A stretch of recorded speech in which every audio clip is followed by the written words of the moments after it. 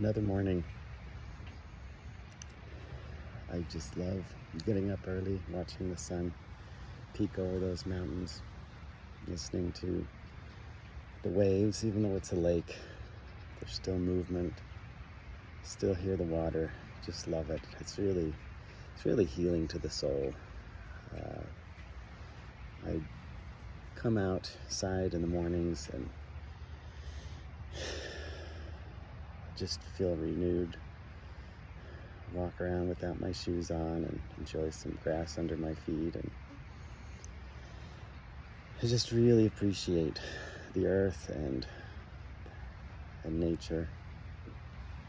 So grateful for little pieces and bits of renewal like this, because life can be so distracting, even though I know deep down that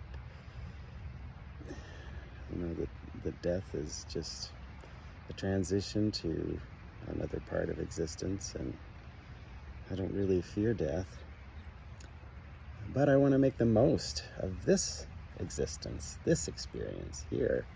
And I find each day that there are many pieces of my day that could be filled with more ease and flow and excitement about what I'm learning and experiencing,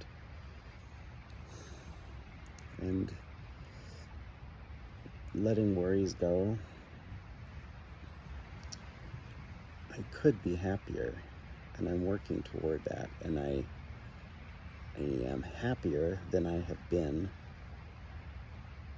in a long time.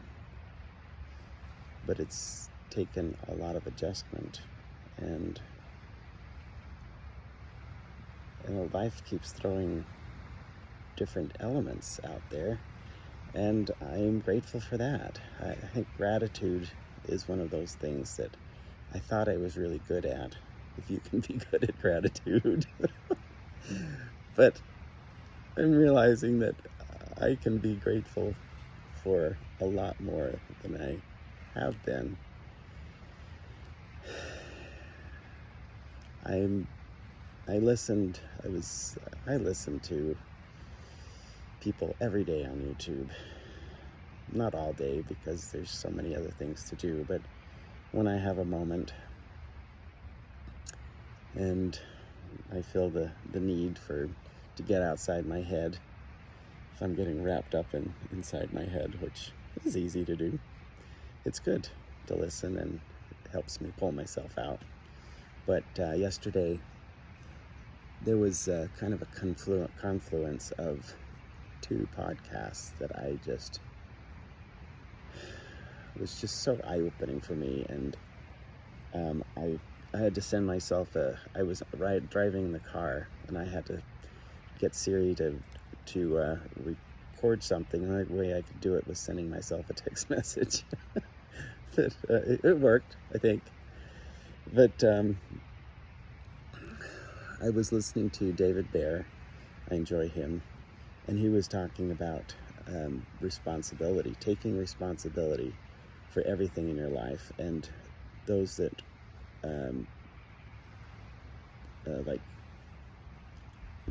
are really well off, rich and powerful, have become that way because they've taken on big problems and big responsibilities. They've taken on responsibility for the problems of life around us, or what they perceive as a need, and they've filled that need, and in the process have become quite wealthy.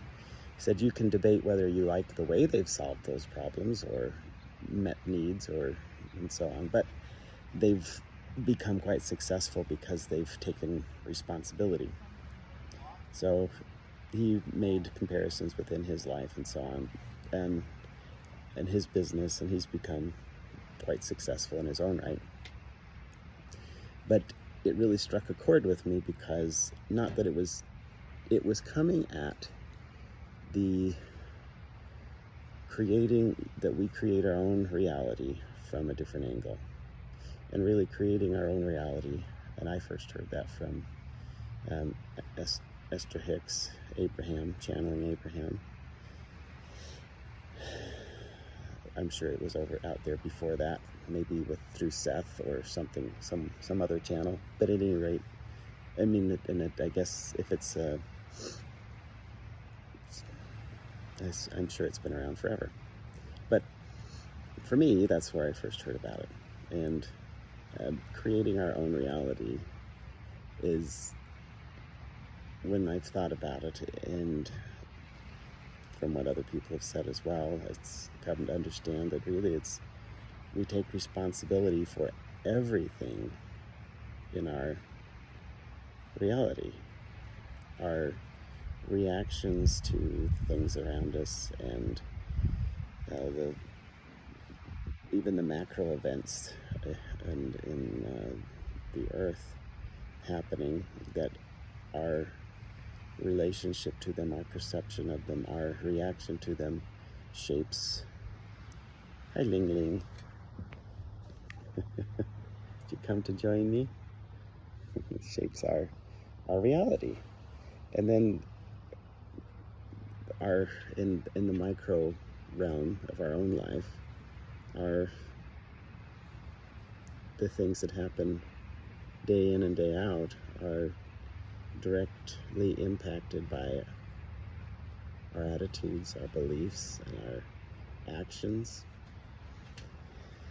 So there we have it. I thought, yeah, taking responsibility, and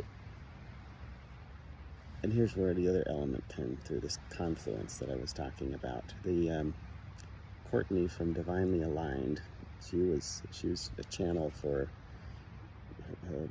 an entity she calls Zero, which is, I think, just source energy at some level. I'm not sure. I haven't listened to her for very long, but I've resonated with a lot of her messages that have come through. But she was bringing through that. What was it? Oh, that action isn't. Oh, it doesn't matter what you do, but it matters the vibration at which you do it. So it's kind of like attitude, 100% attitude in what you're doing. That if you don't like what you're doing, then don't do it. If you're acting out of stress and or anger or any other lower emotion or vibration, then you're not helping yourself out so much. And her message has been, don't work so hard, don't try so hard, don't effort, which is what Abraham says a lot too. Don't effort, it should be easy. So I was making my intention for yesterday was, if what I do doesn't matter, but rather whatever I do with good intention or with higher vibration, that is what really matters. So I thought, well, I just need to look at the things on my plate, and some of them, I mean, Abraham says this too, there's a consequence for everything, right? If you quit your job, there's a consequence. If you don't show up for work, there's a consequence. Ultimately, the universe can change things however it likes, and you can turn out in much better circumstances. I haven't had that experience myself, so I can't speak to it. But certainly, there's my two businesses. One's a restaurant, one's a delivery business, and there are a lot of elements that I've felt stymied on, so to speak, or not known what to do, and a lot of feelings of drudgery, overwhelmment. And so I tried to turn all of that around yesterday, and tried to just, whatever I did, I wanted to do with love and with the gratitude that I have businesses, that they're allowing me to learn a lot, that I'm able to just live where I'm able to live. And the circumstances are not as I would ideally like them to be at the moment. However, all of the elements are there. So just being grateful, and then taking action, the necessary actions I take, the ones that seem obvious that I should take. I don't know that they're inspired as much as they're mandatory. But taking them from an attitude of gratitude and just appreciation and love for the people that are working for me and are putting their heart in, and I'm able to give them a paycheck, and yes, I'd like to give them more benefits, and that's my heartfelt desire, is to give more, provide more, and it'll benefit me as well, but I want to be benefiting other people to a greater degree. So there we have it, the taking responsibility. So in my personal life, that's, okay, here are my businesses. I can see that they are functioning, but I know they can be functioning better. And I'm looking for how to function better, and I'm asking a source for that inspiration and for that pathway, and certainly looking for ways that I can be an active participant.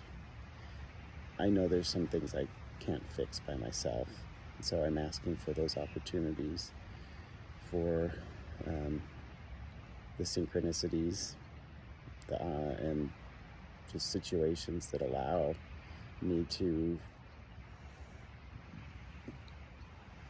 kitties better situate these businesses, better operate them, and then the process, as I figure out solutions, or I find solutions, or they're presented to me, and I act upon them, then I'll be learning and growing, that's for sure. I have all along the process.